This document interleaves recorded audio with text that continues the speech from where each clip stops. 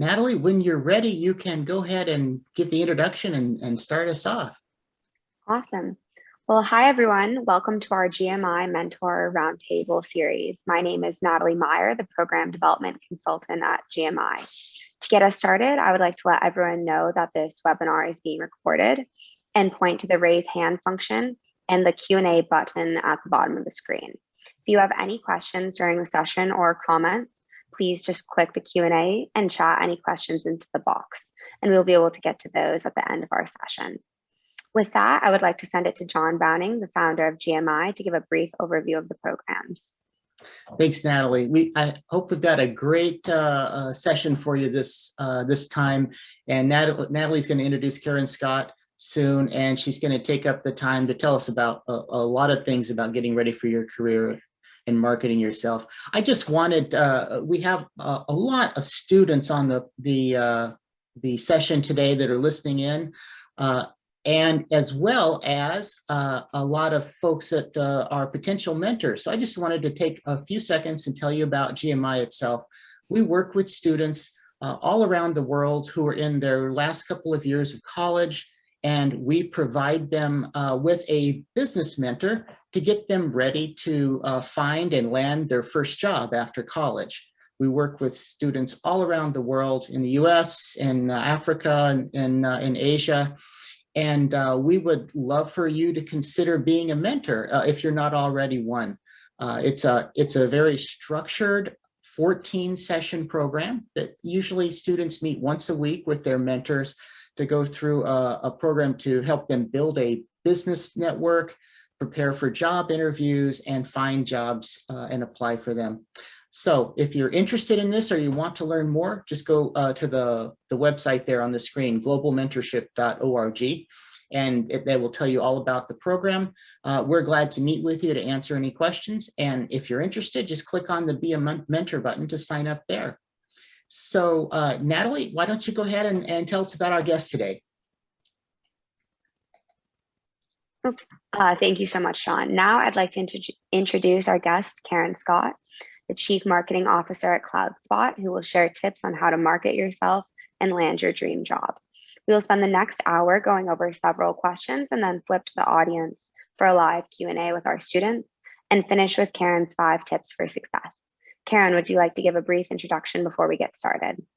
Sure. Thank you, Natalie. And thank you, John. And thank you, everybody from all over the world at whatever nutty time it happens to be for you. It's 8 o'clock here in California. So I really appreciate everybody's time. And I'm so honored to be not only part of this webinar today and share whatever useful info I can impart on folks, but more so grateful to have been part early on of the GMI initiative. It is such a gift for people who have been, a few decades into their career and who've had help along the way. I certainly have, and I know almost everybody who's been successful in life has as well, to have a chance to give back. And I got so much out of my first mentor relationship with a young woman who I think is on, I'm not sure if I saw her join yet, Namfundo, that I was eager to join the board and help out in any capacity possible.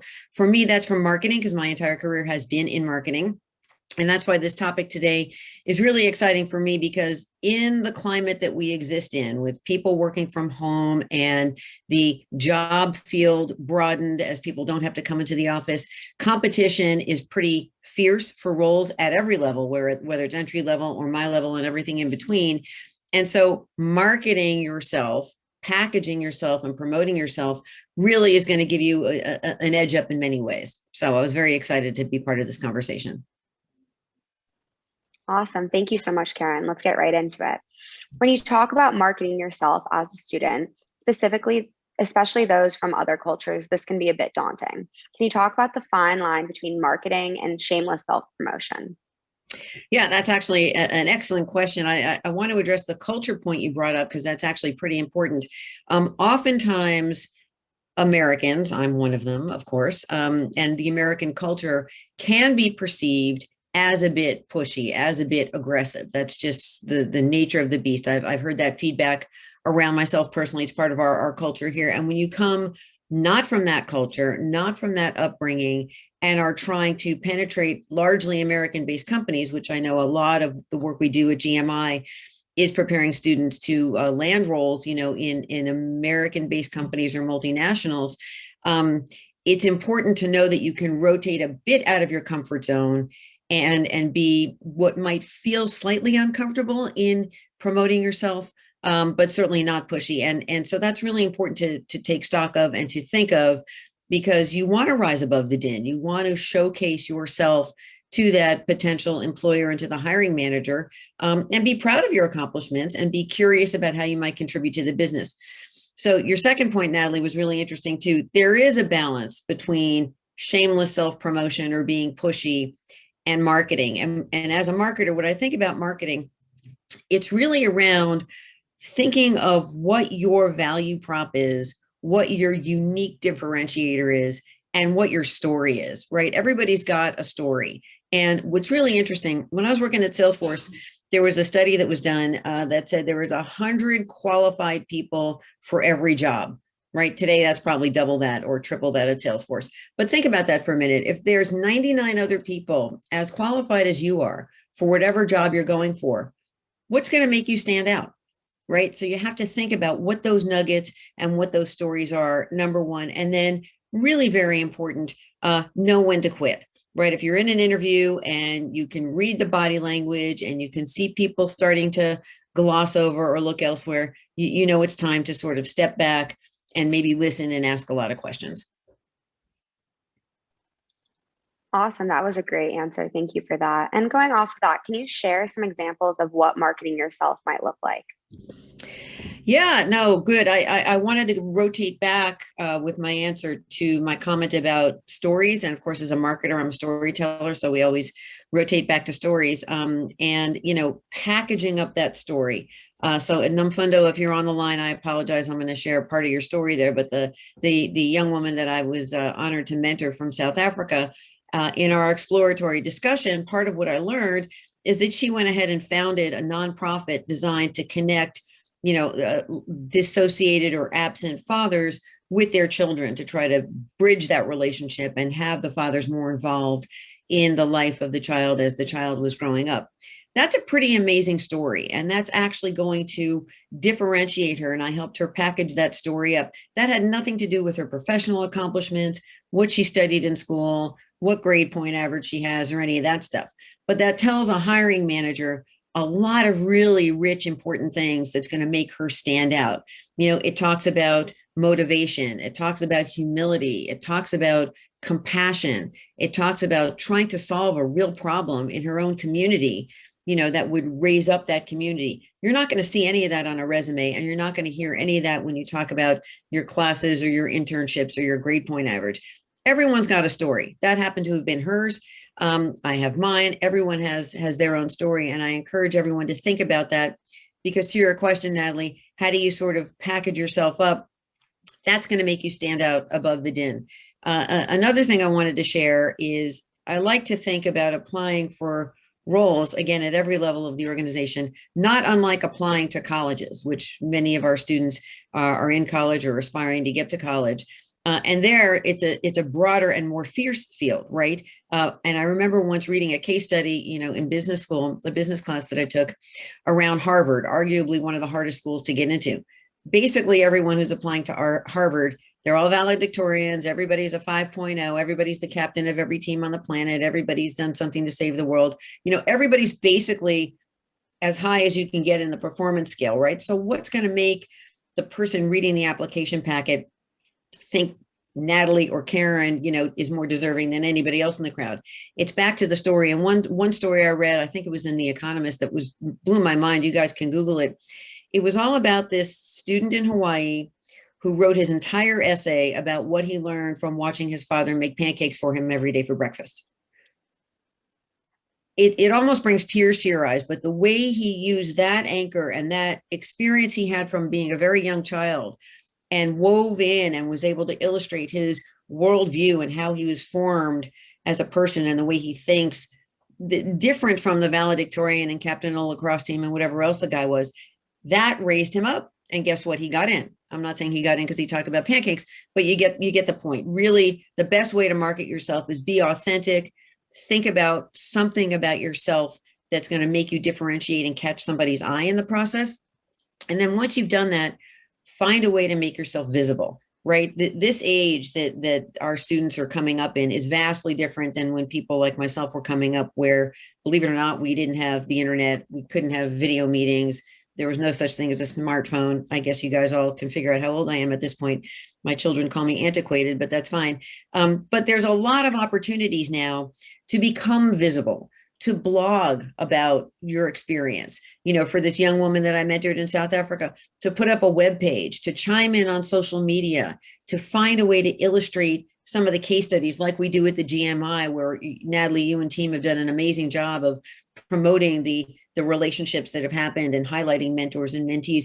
Be visible. That's very different than shameless self-promotion. When you're authentically sharing a story of something that you've done or something that you've been involved with, it's very different than saying, hey, look how great I am, because I did this awesome thing in my community. It's showcasing the authentic outcome, and people really are most interested, especially when you're applying for a job. What is the outcome that this person can add to the team?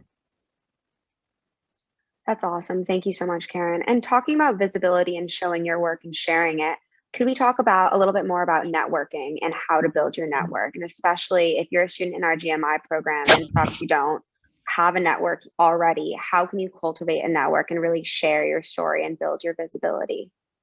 Yeah, that's a great question. The first thing is I want to dispel that myth. Everybody has a network. It's just a matter of uncovering it. It's sort of like, I'll never forget seeing the Michelangelo unfinished works, right? If you guys have ever been lucky enough to see that, it's the stone that he started to build sculptures out of and for whatever reason abandoned. And his quote around that was, I'm not there to create, I'm there to free the images that are already there.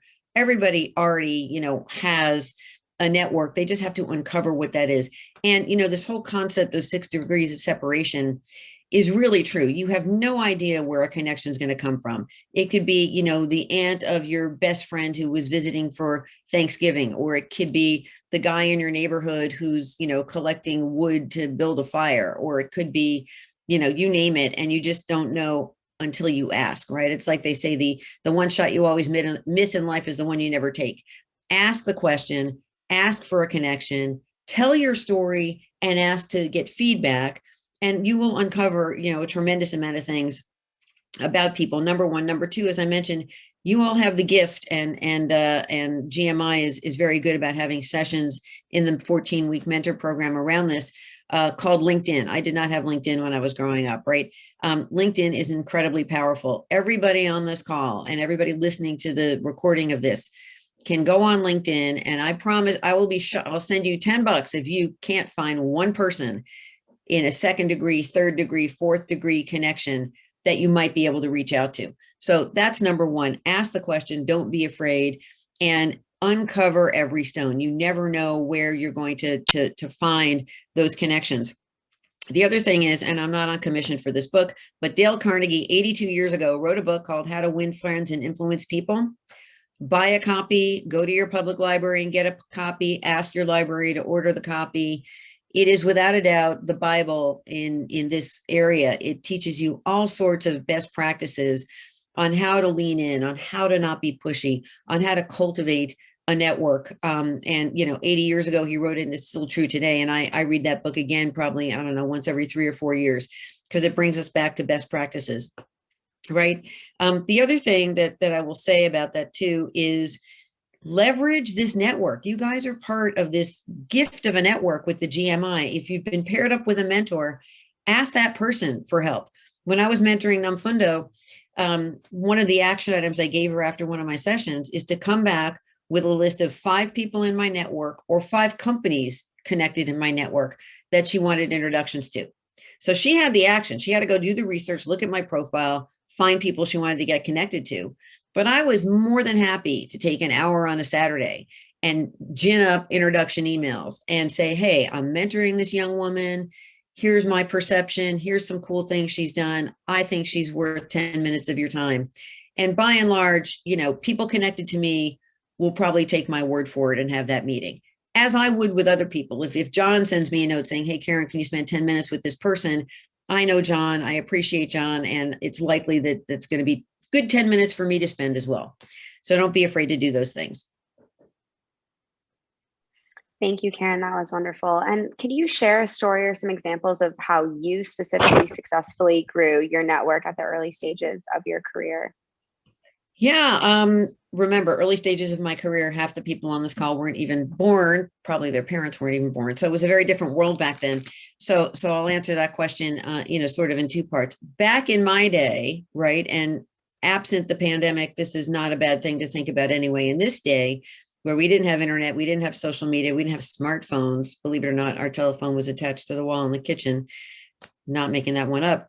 You did it the old-fashioned way. You joined clubs, you joined associations, you went to networking events, you went to professional mixers, you physically showed up and honestly leaned into situations that might not be super comfortable.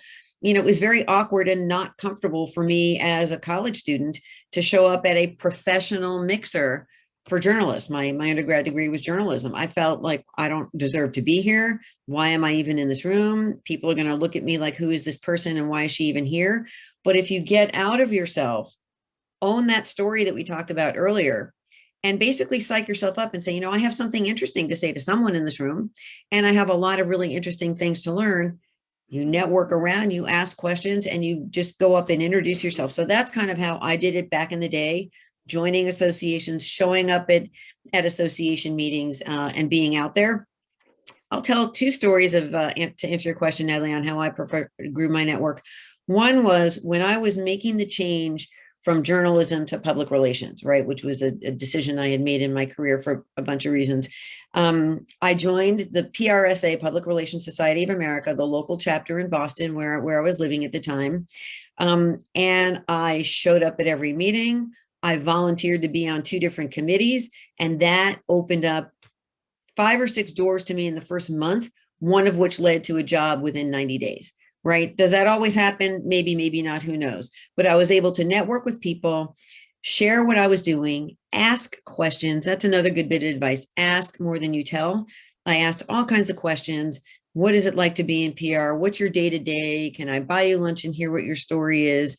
One thing led to another. And eventually one of those people I networked with said, we have a junior opening in our team. Would you like to come interview for it?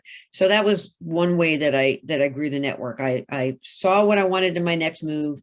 I found an association, which today you might find online, right? There are plenty of online networking groups and forums and all kinds of things. I showed up, I raised my hand, I leaned in, I learned, and something came of it. So that was one way. The other way is I got a dog.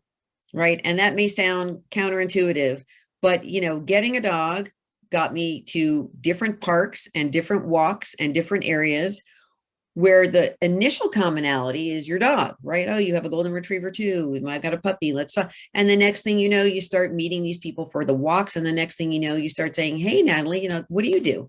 Right? John, what is it that you do? And you can build, believe it or not, you can build a network that way. So whether it's getting a dog or joining the gym or showing up at the schoolyard to run track or whatever else, people and opportunities are everywhere. You just have to look for them. Awesome. Well, thank you so much for those great answers to your questions, Karyn. And I think the chat a lot of people have been asking great questions. So I think we might as well just jump right into the live Q&A from our students. If that's Sure. Okay with you. Yeah. Okay. So to get us started, Prince asked, these days it is really hard for someone to be recognized by employers because in most cases, when applying for a job, most of the employers tend to ignore the person that you haven't met. What can you do for someone to stand out in cover letter writing that can make you stand out? Yeah, that's an excellent question. And 2 things, one about the cover letter and then a different point I wanted to make. Back to the story, right? Figure out what's going to make you light them up. And there's 2 things that have worked for me as the hiring manager. One is right out the gates, something that connects who you are and what you might bring to the mission that I have. Read the website twice and every single page in the website before you sit down to write that cover letter, and find something about that mission of that company, whatever it happens to be, right? Salesforce, best CRM in the planet. Awesome. Fabulous. What I can bring to that mission that might be unique and different, right? So that's going to catch a hiring manager's eye. The other thing that's going to catch a hiring manager's eye is something like the pancake story, completely off the radar. And I'll share a story. John's heard this story, so has Chad as well, but it's a true story. There was a woman who worked in my organization years ago. And the thing that made her resume jump off the plate to me versus the 100 others that were all equally qualified, she started off by telling this story of how she funded her college education, in part by applying for all these really cool, unique grants that she found out there, because her dream school didn't give her the money that she needed to take that offer. And she applied for an Oreo stacking competition. Who the heck knew that there was a grant out there for Oreo stacking? But lo and behold, she found one. She practiced all summer in a room that had no air. She stacked the most Oreos. She won the $10,000 grant, not a scholarship, a grant. And that gave her the money she needed to say yes to the school of her choice. That story, not only did it captivate me and I couldn't stop reading it, I immediately replied to her and said, when can we interview you? Right? So something that's going to make you more than just Susie Smith, who's saying, I saw your ad posted and I think I'm a good person and let's have a chat. Wonderful. Thank you so much. Yep. And I have another question from the live Q&A box from Irv. How can you market yourself and land a job even if you don't have significant experience in that field of study? Yeah, first thing is dispel that fear, right, of not having all the experience, because everybody starts with no experience, right? You don't come into this world born with this sort of resume of experiences, right? And every experience that you have can be, talk about marketing again, can be packaged to be relevant, right? So think through what you have done in your life. Maybe you were a dog walker, maybe you helped raise your baby sister, maybe whatever it is that you did, that you can take the skills that you've created from that and leverage it back. I'm going to revert back to Namfundo. So if she's on the call again, I apologize. But, her passion to try to reconnect estranged fathers, with their kids to enrich their lives and raise up her community had nothing to do with the degree and the job she was going for, but the skills she got from doing that activity. She was able to get the attention of some hiring managers because it showed them she had the potential, and people are really looking, especially at entry level, what's the potential in this person, and not as much what's the experience. At least that's what I do when I'm looking at is certainly entry level people. When you get into mid-level and senior, obviously, experience is going to matter more. But at the early phases of the journey, in my opinion, anyway, it's less important. It's what's in that person and what could that person be capable of. Great, thank you so much. Yeah. Elodie asked, with someone you connect through with on LinkedIn, how can you ask questions that are personal? I mean, it depends on what you mean personal, right? So there's personal and there's like personal. So I wouldn't necessarily, I'm going to interpret that word in the broadest sense, right? I wouldn't necessarily use a written communication form to ask personal questions.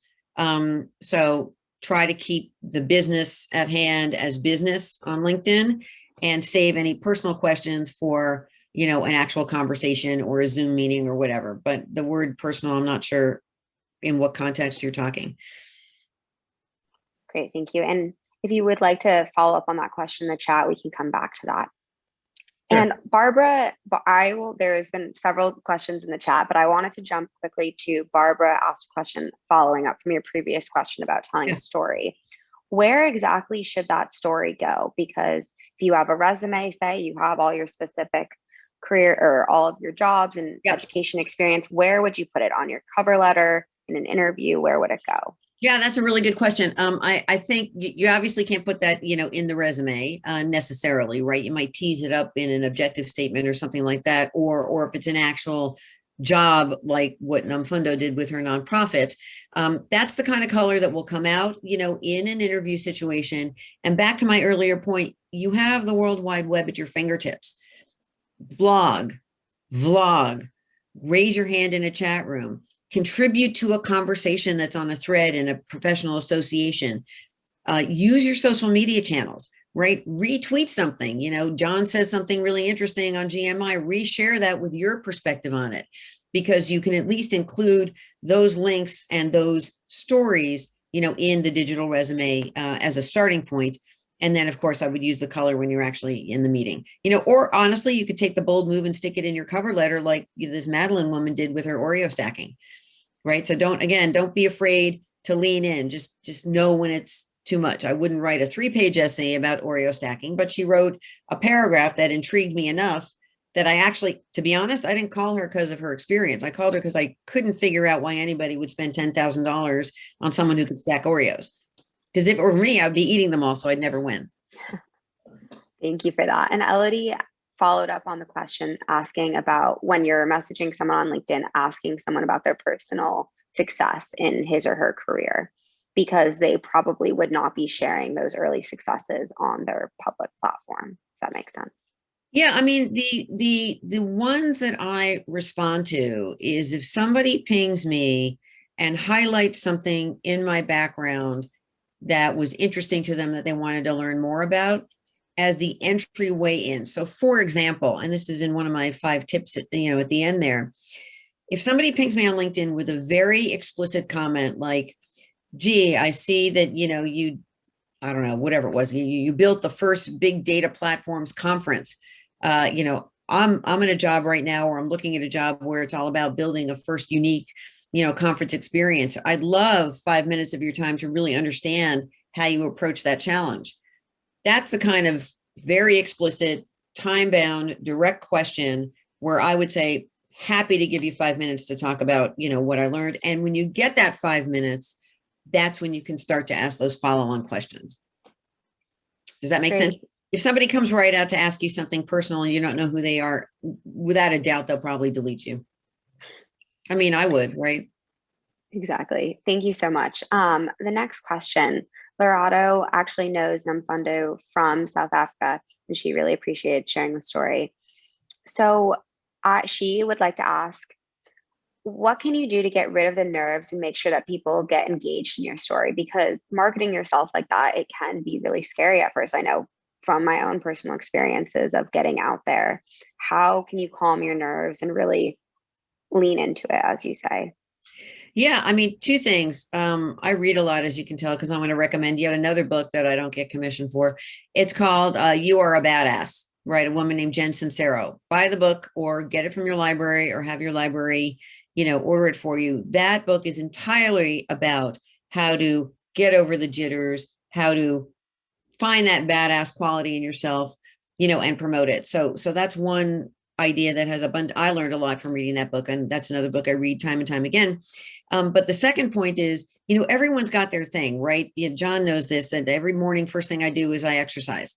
That works for me. That calms me down. That burns off the energy. That lets my head meditate on whatever thing I have coming. I did it this morning to get ready for this discussion, right? I hit my Peloton. I was thinking through the questions and what I might say and how I might answer them.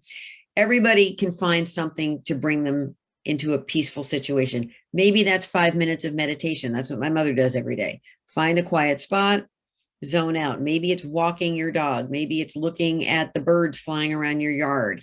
Maybe that's reading, the newspaper. Find what brings your blood pressure down, what takes your mind off the task at hand, right? And just really centers you. And the other thing that's really important is own your confidence, right? Talking to yourself, putting Post-it notes on your mirror or your laptop.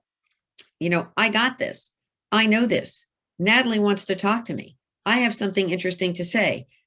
Honestly, if you keep those mantras going, you really start to believe it. Great. Thank you so much, Karyn. And I would also like to just remind students about the LinkedIn template that GMI has created for you all for connecting with people on LinkedIn. And that's been provided during the mentorship. And it's also just a really good rule of thumb to be able to use that when connecting if you have any questions about what to ask or what not to ask, and if you are worried about anything.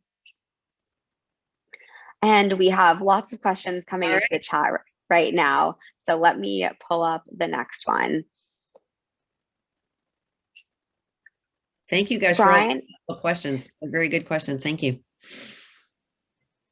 Brian asked, he's a student in Kenya at the University of Kenya, or Kenyatta in Kenya. Karyn has encouraged us to dispel fears when employers seek experiences in jobs. How would you advise on job when job qualifications strictly indicate the need for the job experience and that job indicates that you do not have the experience?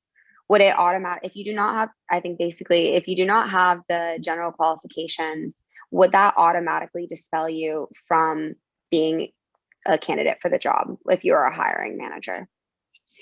Yeah, I mean, the reality is when you're a hiring manager and you post your ideal candidate, let's say there's 10 things you're looking for. I made that up. Maybe it's more, maybe it's less. Rarely do you find people who have all 10, but maybe you do. You don't toss somebody out because they have 5 of them, right? You might pass on somebody who has none. So you probably shouldn't be going for a job where you have 0 qualifications and nothing in your story that you're able to tease out as experience that could add value. For example, I probably would not apply to be a firefighter, right? There's nothing in my experience. There's nothing in my story. And by the way, you couldn't pay me to run into a burning building. So, that's an extreme example, but, probably, and then look in the mirror and ask yourself why you want that job. If the reason you want that job is because you would like to get those experiences, then be upfront about that and say, hey, you know what? This sounds like a phenomenal opportunity. I haven't ever leaned into it before.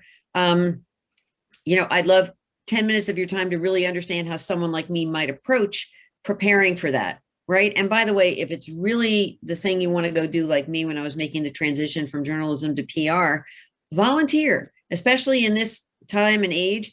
Everybody is eager to have somebody who's going to donate 5 hours a week free time. Right. I have 5 or 6 interns on my team right now who have just said, hey, I have no experience. The job market is competitive.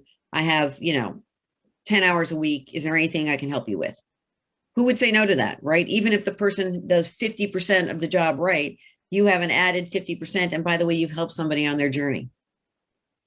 Awesome. Thank you. And I think related to this question, how can you shape your experiences on your resume to fit a specific job that you're applying to?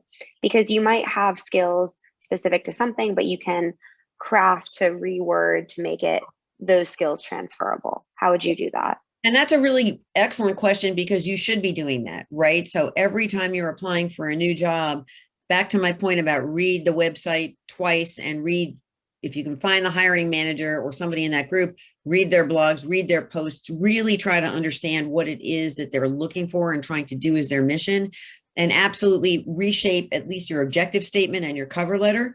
But honestly, work with your mentor, right? That's what we do, right? So if you're in the mentorship program with GMI, leverage your mentor, ask him or her for help. If you're not in the program, you may want to get in the program, because that's part of our responsibility in mentoring folks, looking at their resume and saying, hey, I want this job. Here's my thing. How might I repackage it? Great. Thank you, Karyn. The next question from Jean-Claude: is it worth applying if you do not have an experience that they're asking for?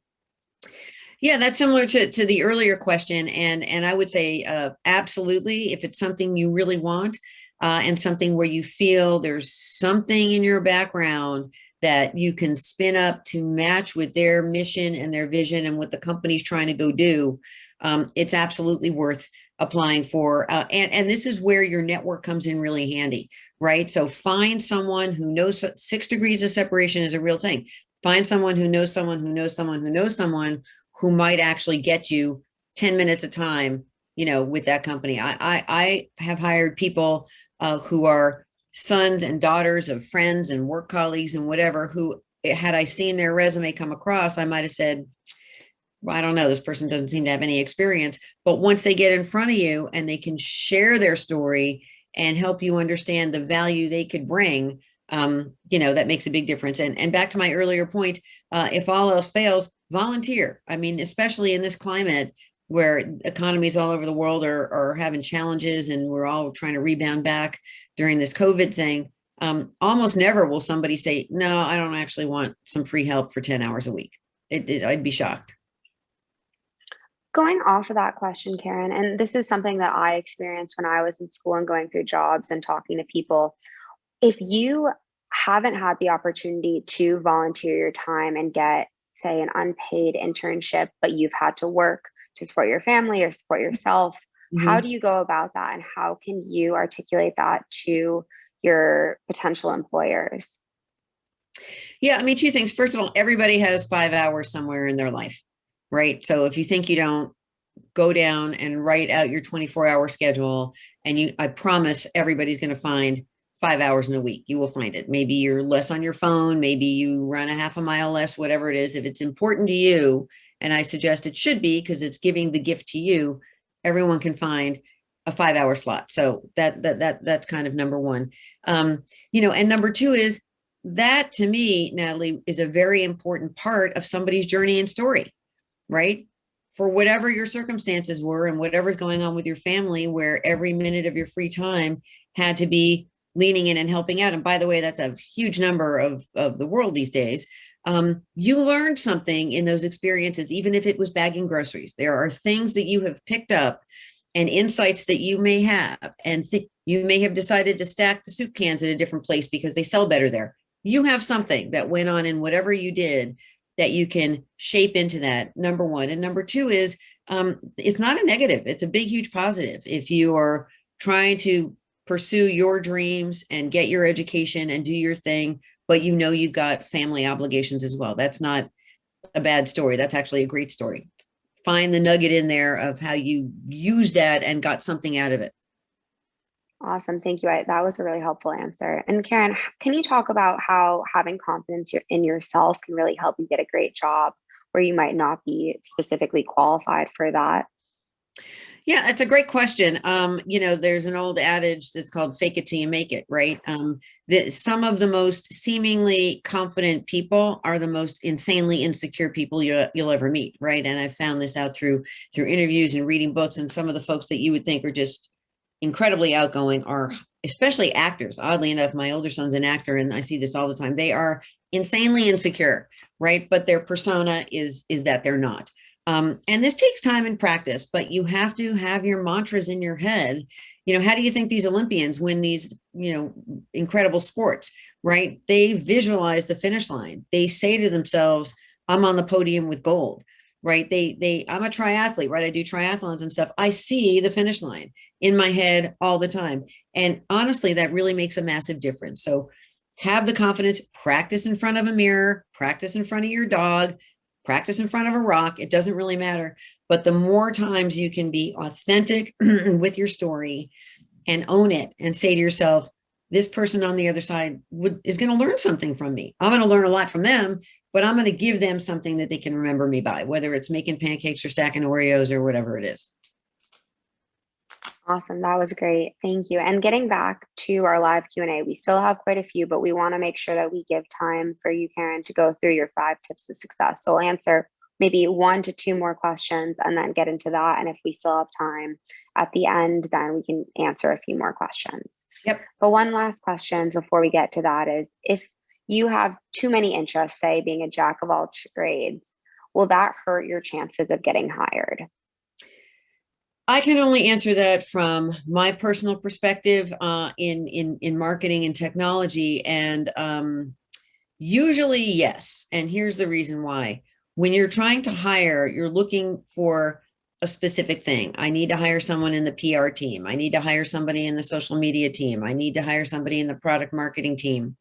And you don't want to make the hiring manager do the work of trying to connect the dots in your generalist background to how you might add value. So back to the question you asked a few minutes ago, Natalie, in that situation, let's make up a fictitious situation. Somebody's looking to come into product marketing, and they have this very generalized background that's not specific to product marketing.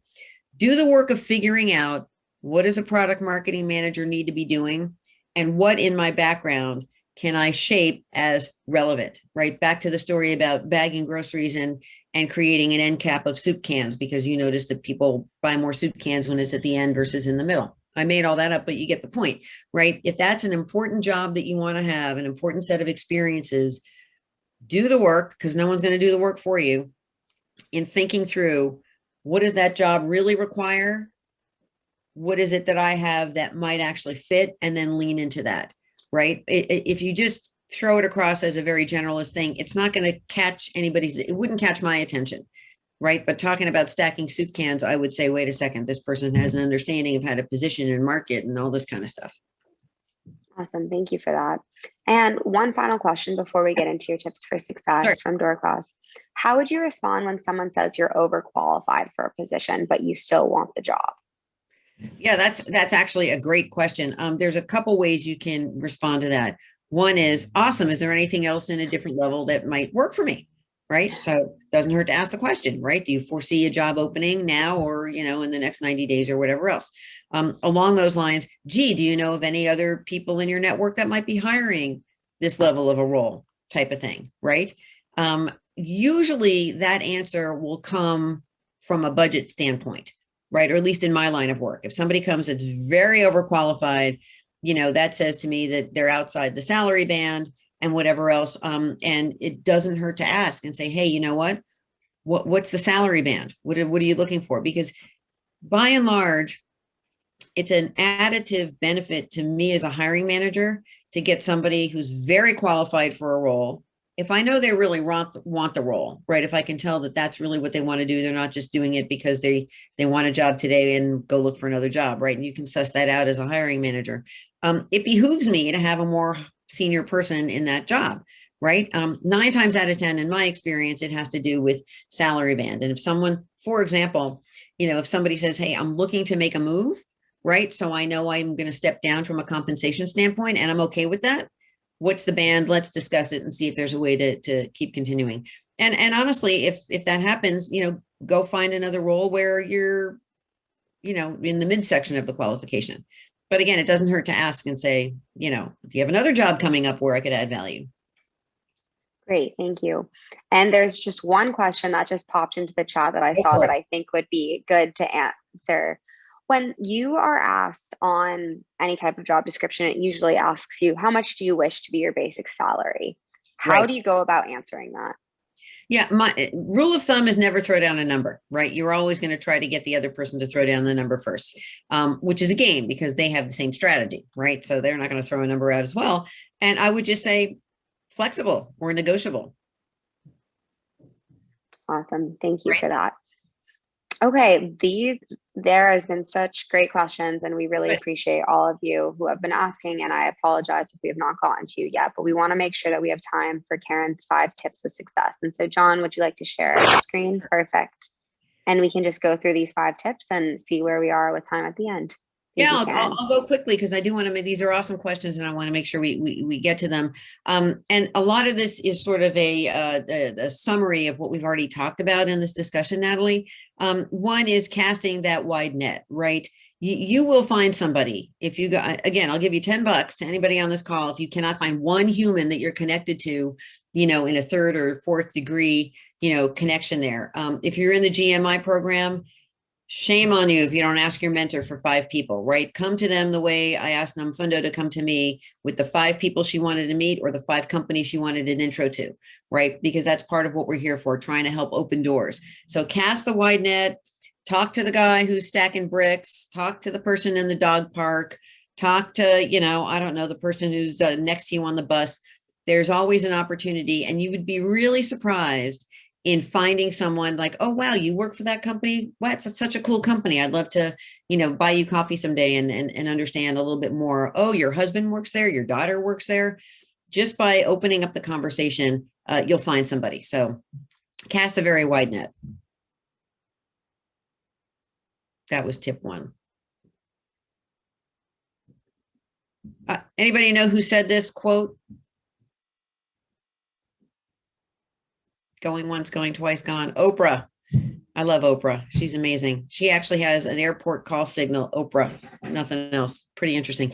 Anyway, ask for what you want. People are not mind readers, right? Especially when you're going after very busy people, who have full-time jobs and are looking to hire, and you get that interview. Be very explicit. Say, you know what? I would like advice on X. I usually don't pay attention to people who ping me on LinkedIn and say, hey, do you have 10 minutes? I'd love your mentorship. I don't even know what that means, right? But if somebody says, hey, you know what? You did this thing, whatever it happens to be, I was really impressed with that. I have a couple of quick questions because I'm trying to do the same thing. Be very explicit because people will lean into that. Yeah, people, you can't read minds. So you've got to ask for what you want. And by the way, that's to your question about salary too, right? So ask for what you want when you're in the negotiation phase, right? Once you've had that discussion. There's a debate as to whether it's the rhino or the hippo that has the thickest skin. I don't know one way or the other, but they look both pretty thick to me. Grow a thick skin because you will be rejected far more than you will be accepted. For every, I don't know, 10 or 20 resumes you send out or requests for meetings, you're going to get radio silence, the Dear John letter, or any other number of things. It's almost like dating, right? I mean, it's just, that's the way it is. And do not take any of it personally. You have no reason, no understanding of what's going on in that person's universe. Maybe their email was corrupt and they didn't even get your ping. Maybe they had 5,000 people applying and they had to just shut it off and go to the first, 100. Don't take any of it personally. Learn how to be resilient, because there is going to be that moment where the timing is right and you're the one that gets the call versus somebody else getting the call. And also remember, I'm a firm believer in things happen for a reason and they happen exactly when they're supposed to happen. If I think back on my life, the jobs I didn't get or the promotions I didn't get or whatever else in my life that didn't happen, in retrospect, I am really grateful because it opened up some other thing that actually was better. So grow the thick skin, never take it personally. Anything at work, don't take personally. Never. If you get laid off, don't take it personally. It's rarely personal, and you just have to have that resilience and go back to your mantra of, you know what, I'm awesome at this. I'm going to get this job. I'm going to talk to this person.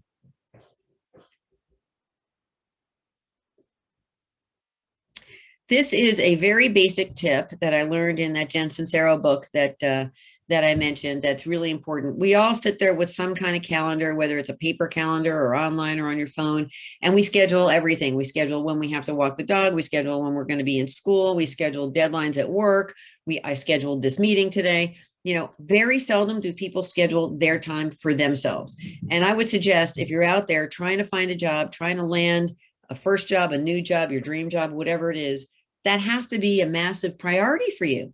It's not going to be anybody else's priority. Nobody's going to walk into your house and say, hey, Natalie, here's this job, right? You need to schedule time in your calendar, pick your favorite color. For me, it works to have the same exact time every single day. Some people, it's different times. Block it in and block it out, right? Unless some catastrophe is happening or some urgent things going on at work or school in your family life and you have to change it. Book that every day, just like brushing your teeth. It happens every day. And by the way, it could be 10 minutes. Like we talked about before, Natalie, maybe you have a job or 2 jobs and you're going to school. You can find 10 minutes every single day to focus on you, because that's going to be the biggest payoff ever. I do that. I have my exercise booked in my calendar every single day. And at the end of the day, hold yourself accountable to you. Put that time in. Make your to-do list for your job search, right? Write the marketing plan of how you're actually going to promote yourself and package yourself differently, and give yourself a performance review. Sit yourself down and say, hey, here was my plan. Did I execute the plan? I said I'd do 10 minutes a day. Did I really do that? I said I'd write 5 letters. Did I do that this week? I said I'd come up with my story of how my experience, packing groceries and stacking cans is relevant to a product marketing job. Did I do those things? Be ruthless in your accountability to yourself, because no one else is going to do it, right? And the people that, if you read studies and stories about people who have done amazing things with their lives, it's not because somebody walked in the front door and said, here you go. Very seldom does that happen. It's because they worked. Look at those Olympians, if anybody watched the Olympics, right? They were out there holding themselves accountable, pushing themselves to the next level, doing whatever it took to get them to what their goal was. You have to do it for yourself because no one else is going to do it. Thank you so much, Karyn, for those great 5 tips of success. And I think we have 3 more questions from the audience to finish us off before we end for the day. So one question, when asked, why should we hire you by a potential employer? How can you confidently answer this question? That actually goes back to one of the first questions you asked me today, Natalie, about the fine line between shameless self-promotion and marketing. first of all, when you're in an interview, take notes. Nobody's going to ding you for writing something down or saying, gee, I'm not browsing the web. I'm actually taking notes, in my file here, because you will get the answer to that question in the interview, right? And that's really going to be the best way to come back to something you heard the hiring manager say and connect it back again to your story or your experience somehow and say, Natalie, the reason why you're going to hire me and why I'm going to do a great job for you is X, right? So you have to listen very actively when you're in an interview and do not be afraid to ask right questions. And by the way, tell them up front, say, hey, John, do you mind if I take some notes during this meeting, right? I want to be thoughtful about the conversation. No one's going to say no. Don't pretend you need to keep the eye contact, and by the way, the pregnant pause is good. Give them a minute to absorb what you just said while you're taking your notes down, but that's where your answer is going to be. And you can confidently relay that because they just told it to you. Right. Thank you for that. And from Pierre, what advice and tips do you have for people that want to land a job when they're from abroad? And so they're landing the job or they're applying for the job from abroad online. Yeah, I mean, the good news is you're living in this bizarrely awkward time that we're in. I'll never say there's anything good about this COVID and everybody work remote, but most employers, even the ones that were staunchly opposed, you look at the financial services business here in the US, they were staunchly opposed to even one day working remote, right? And there's a lot of company cultures that were like that.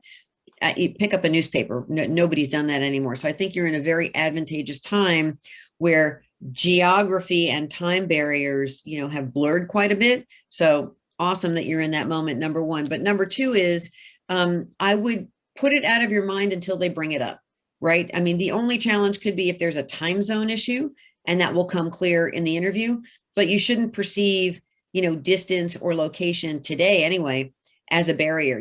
As long as they say remote option, right? You wouldn't want to apply for a job where they still are saying this job has to be face-to-face in the office or in the office 3 days a week or whatever. But, look for that and ask the recruiter up front, say, hey, is this a remote option? Right. Awesome. Thank you. And I think for our last question, before I send it back to John to close, James asked, what is the brief statement you should give when someone says, tell me about yourself? And I know we've probably answered this in other ways, but maybe to reword it, what do you include in your elevator pitch? Because I would consider this brief statement your elevator pitch. Yeah, that's actually an excellent question, right? And I think, first of all, your elevator pitch really shouldn't be more than 2 minutes, right? Because they asked for maybe 2.5 at the most. So write it down, practice it. But what you're looking for in an elevator pitch is, one, the short story of who you are and where you came from. I was born and raised in New York. I went to school in Boston. I moved to California, raised my family here, and spent my tech career there. Like, that's the first couple seconds worth, right? And then weave in something that we've talked about throughout this discussion, some unique thing about your personal story. When I was 10, I founded a foundation. I did this thing. I did whatever, blah, blah, blah, blah, blah. And always bring it current, right? And now I'm at the place in my life where it's the right time to be a product marketing manager. And I'm really excited for this conversation to learn more. So brief overview of who you are, little bit of color that might get them excited, whether it's the Oreo competition or the pancake thing or the soup stacking or whatever else. And then ending with, it's brought me to who I am today and why I'm sitting in front of you and so grateful to have this discussion. Great. Thank you so much, Karyn. The last thing I'm going to say is, for all of you in the mentor program, run that pitch by your mentor and run it by him or her 5 times, right? And ask them if they have another mentor you could run it by, because you want to play it in a safe environment before you play it for real where the stakes are high. Running it with your mentor, there's 0 stakes because our job is to help you out. Great. Thank you so much, Karyn. This has been such a helpful and insightful hour. Oh, good. And so I'd love to give it back to John to close this out. Yeah, I just want to say, Karyn and Natalie, this has been just a great session, one of the best sessions we've had, and that we had so many people attend today that we just can't get to all of the questions. We've just run out of time. But our largest turnout so far, and it tells me we need to do these more often and focus on hiring skills, marketing skills. So again, Karyn, thank you so much for your wisdom today. I just want to let folks know that if you want to watch this thing in its entirety, again, next week it'll be on the GMI YouTube page. And I put the link in the chat box, but you can also just go to YouTube and type in Global Mentorship Initiative in the search box, and you'll see all of the mentor roundtables that we've done so far. I just wish you the best of luck in your job search. And as Karyn said, your mentor is there to bounce these things off of, and use the tools, use their wisdom, ask them questions. And it's very valuable to do practice interview sessions with your mentors. Work out all of the bugs, get all the nervousness out so you can really shine when you're in front of an actual employer. With that, thank you so much for joining today, and we'll see you next time. Great. Thank you. Thank you, guys. Thanks for the great questions. Thank you for the opportunity, John and Natalie. Thank you.